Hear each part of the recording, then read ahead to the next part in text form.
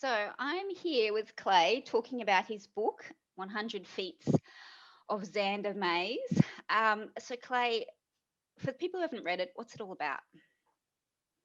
So Xander Mays is about a 15-year-old boy who sort of struggles socially, and he's a list maker. That's what he does. And when his grandmother is diagnosed with stage 4 cancer, she tells him that writing a list of 100 remarkable feats and trying to achieve them will cure her. Xander believes her because Nana is number one on the list of people that he trusts the most. And so he goes away and begins to try and do this list. But the problem gets bigger when this list gets shared online. So everybody at school and the community, they know what Xander's up to. And so off he goes on this adventure. Yep. To change his life. Yeah. I guess the first question I had was kind of, why did you write the book? What was it that inspired you to write it? So, I mean, I've been writing for a long time, and I was thinking of the new book that I was really wanting to tell, and it sort of began when so my grandmother has a huge part in my life.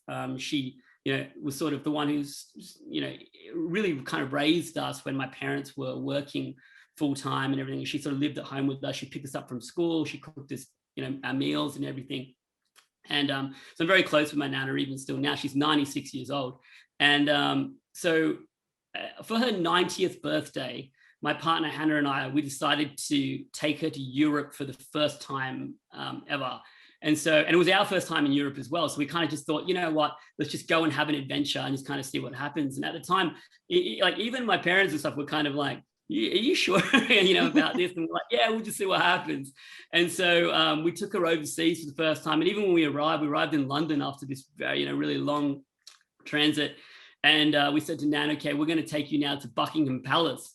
And I remember Nan looking at us and saying, not the real Buckingham Palace after all this time. And so, yeah, we literally spent maybe 5 or 6 weeks just traveling around Europe. Sometimes we didn't even know where we were going. Like we didn't even book anything. Like we just kind of woke up one morning and thought, all right, let's just see what we do today and just see where we go. And, we sort of went all around Italy and France. And yeah, it was just an incredible journey. And I remember at the time thinking that I really want to write a book about kind of the special connection between children and their grandparents. That was kind of always the first point of call. And I also knew that it was about a teenager who was sort of, a vulnerable teenager. He was struggling. And so that were the first kind of 2 things that I knew were the things that were going to happen. And then I came across this list in a newspaper a long time ago, and it was 100 remarkable things to do in the city or something like that it was called.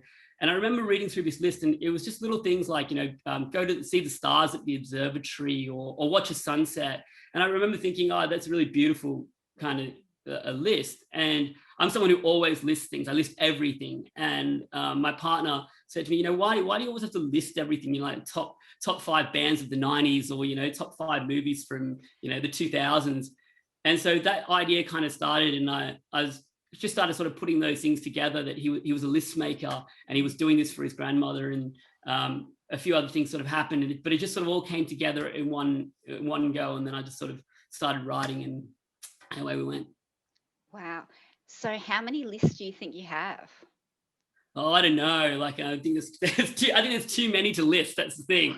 Like a lot of them, like, they're not on paper or anything like that. They're just in my head. In your it's head. usually just something that we throw out with our friends, like we'll sit there and we'll say, I don't know, name, the top 5 songs by the Chili Peppers, or, the top 5 books by Fitzgerald. So if someone said to you, your number 1 favorite book in the whole world, you could answer that?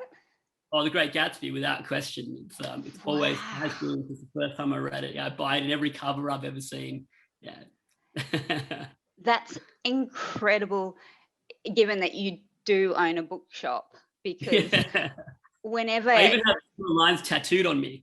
Really? Wow, because, people have asked me what my favorite book is, and I just always assume it's a question that someone asks when they don't read much, because I'm like, well, how do you choose? Like, your favorite book when you're sad, your favorite book when you're happy? That's true, yeah. You see, they're all other lists as well, you see, Dayna. You've got lots of lists going on, yeah. You just expand the list. She wonders why, I do these things. Wow. So is this a book, The Great Gatsby, is that something you'd read like every year or? Probably I'd say every couple of years. Yeah, I reckon maybe every 2 or 3 years I'd come back and read The Great Gatsby, and I always take away something new from it. Yeah, yeah. Interesting. Because sometimes, yeah, I think you read a book maybe like when you're younger and you're like, oh, I don't know if I can read it again because it may not live up to the meaning it held for me, Yeah, at a that's particular right. point in Yeah. your life, and you're just like, this is the greatest book ever. But it still does. That's incredible. I And I think you guess, can only put those books then into the kind of top 5 after you've done that, like after you've come back to it after like some time yeah. and reread it. And so, no, I still love this book.